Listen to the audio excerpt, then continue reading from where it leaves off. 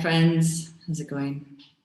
Here on a rainy afternoon in Mexico City, feels great, especially at a place where it only rains like 4 months out of the year and the rest of the year it doesn't rain at all. It truly feels like a blessing. So you might be able to catch the tail end of the storm, the sounds of the thunder and the lightning and the raindrops.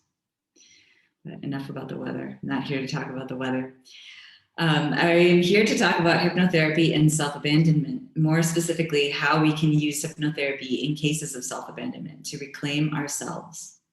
So all of this is per my understanding, and I'd love to hear how this resonates with you. At the end, feel free to send a comment or slide into my DMs, as the kids are saying. So for me, as I understand it, self-abandonment is deeply related to shame. We feel ashamed about some part of ourselves, perhaps because we were told it was bad, or we somehow perceive that others think it's bad or otherwise in the way. And so we disengage from that part of ourselves, we abandon it.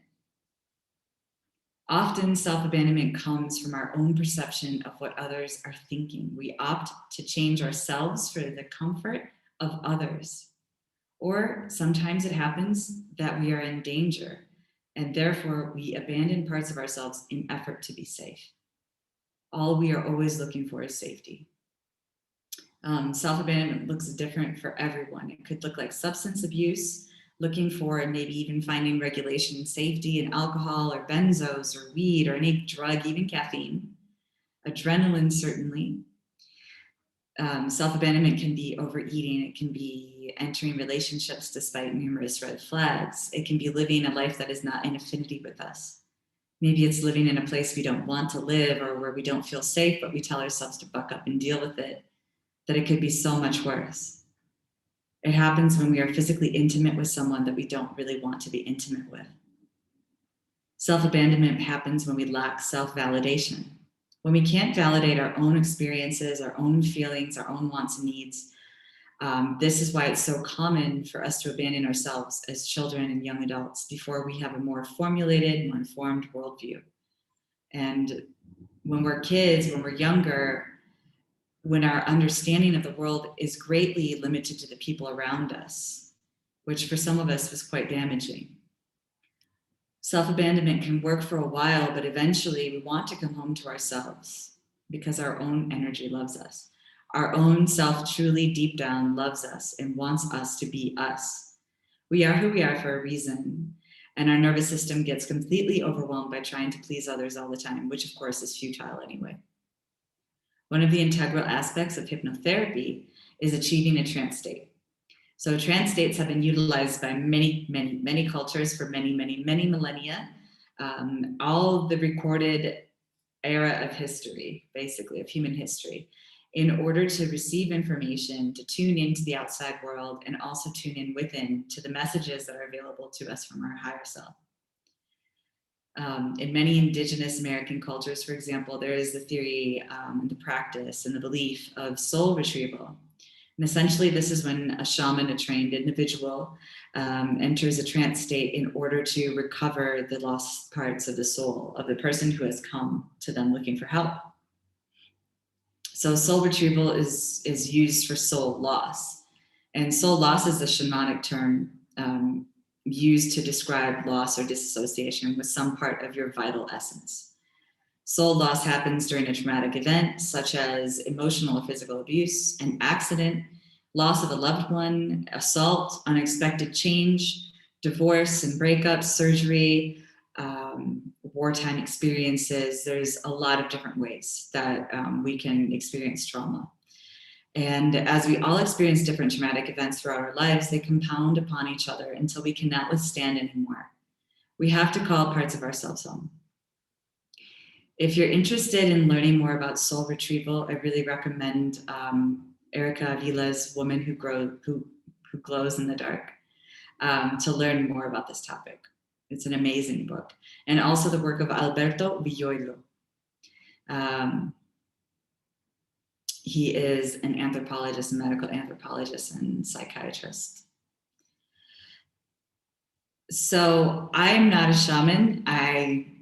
Please know that I'm not like claiming that I'm a shaman. I'm a hypnotherapist, but there are similarities in these healing techniques that I feel are important to note.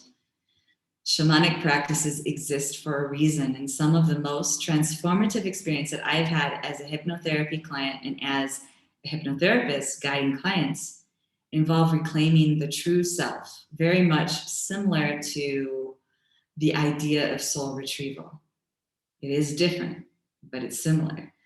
It's a process that happens bit by bit, in which with each session, with each experience we have, we are able to give safety to those parts of ourselves that felt it needed to abandon themselves in order to be safe, to be accepted, and to be loved. So coming home to ourselves, reclaiming ourselves, is helpful in improving our boundaries, our health, our relationships, our work lives, our physical self. It really impacts us on all levels, everything that you could really imagine. Because if part of us is out there and in a lot of soul loss, that the beliefs around soul loss is that there's many times in life during which the soul escapes the body because it is not safe and it needs to leave.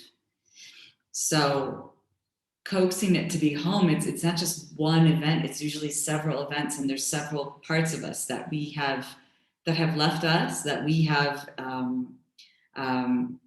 actually encouraged to leave us, or that we have left behind, consciously or unconsciously. So I want to do a brief exercise here as I end this missive. And let's, if it's safe for you to do so, I'd like you to get really relaxed, and we're going to be closing our eyes in just a moment. So just taking a nice, deep letting go breath and closing your eyes down. Just letting your eyes relax, letting your eyelids relax, allowing yourself to relax. And just taking 5 nice, deep letting go breaths.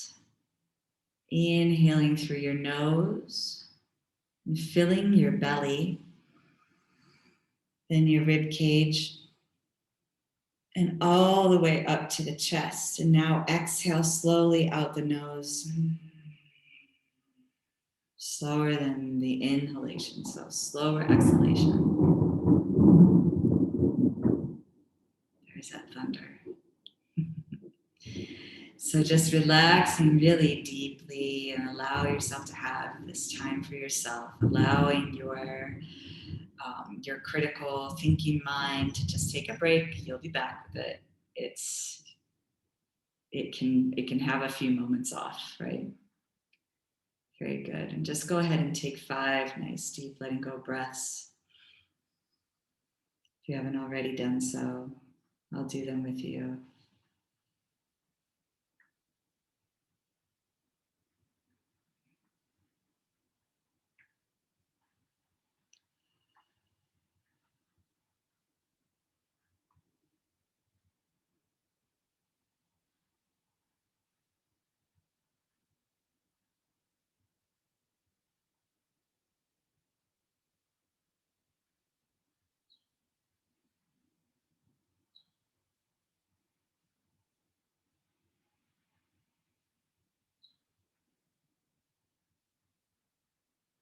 Very good. And just noticing that the mind and the body are already beginning to relax.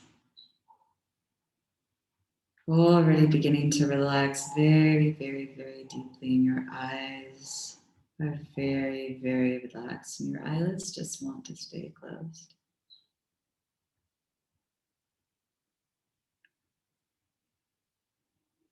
Very good. And when I count down from 3 to 1, you will be in a place that is very safe for you. A place where you feel safe and comfortable. Maybe it's a beach, maybe a mountaintop, maybe it's a favorite restaurant, maybe it's up above among the stars, above the earth and among the stars. Maybe it's Mexico City in the rain. Whatever it is, you're going to be there now. In 3, relaxing even deeper.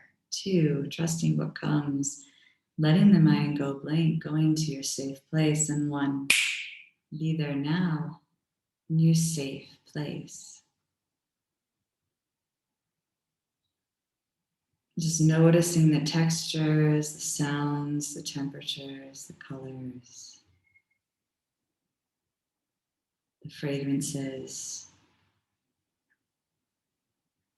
the general feeling of being there in this safe place that is unique to you.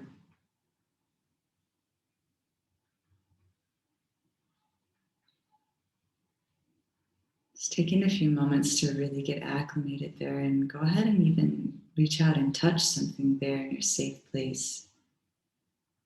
Feeling its texture, its weight, its roughness or smoothness. And then go ahead and touch something with an entirely different texture there in your safe place.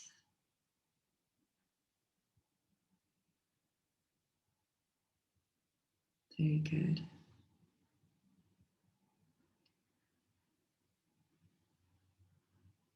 Now, setting the intention by repeating after me out loud and saying, I invite home to me a part of me that I have abandoned.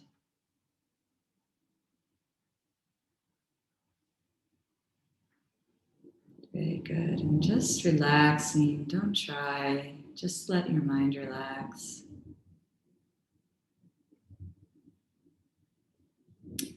When I count down from 3 to 1, you will see, feel, or experience this part of you that was long ago abandoned by yourself or by society, or that chose to leave on its own.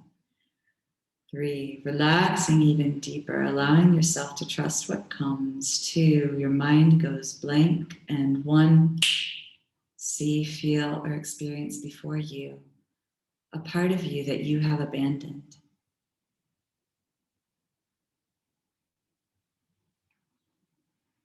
And just noticing, what is the first thing that you notice?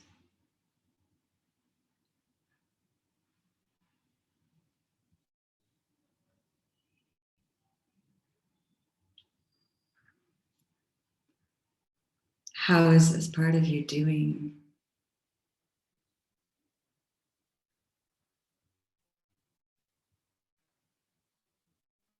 You can go ahead and introduce yourself to the part.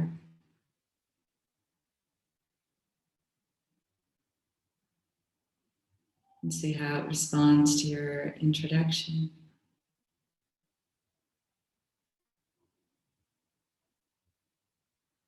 You may be seeing or feeling or otherwise experiencing this, whatever is your process is perfect and correct.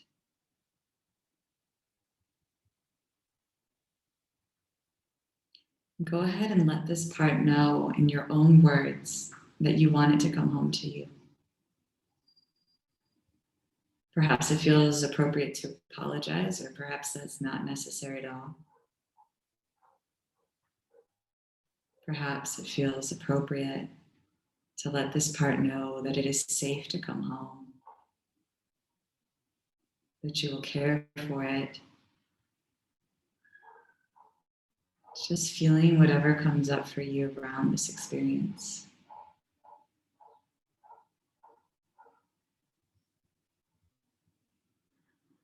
Very good. And by simply allowing yourself to acknowledge that there are parts of you that you have abandoned, you may find tremendous relief. Relief in also knowing that they can come home to you. Perhaps it will require courtship over time, but just letting your intention be known.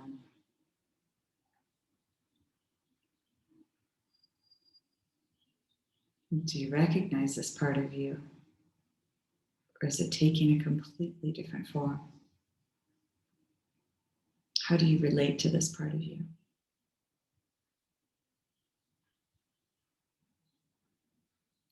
How does it feel to be in its presence?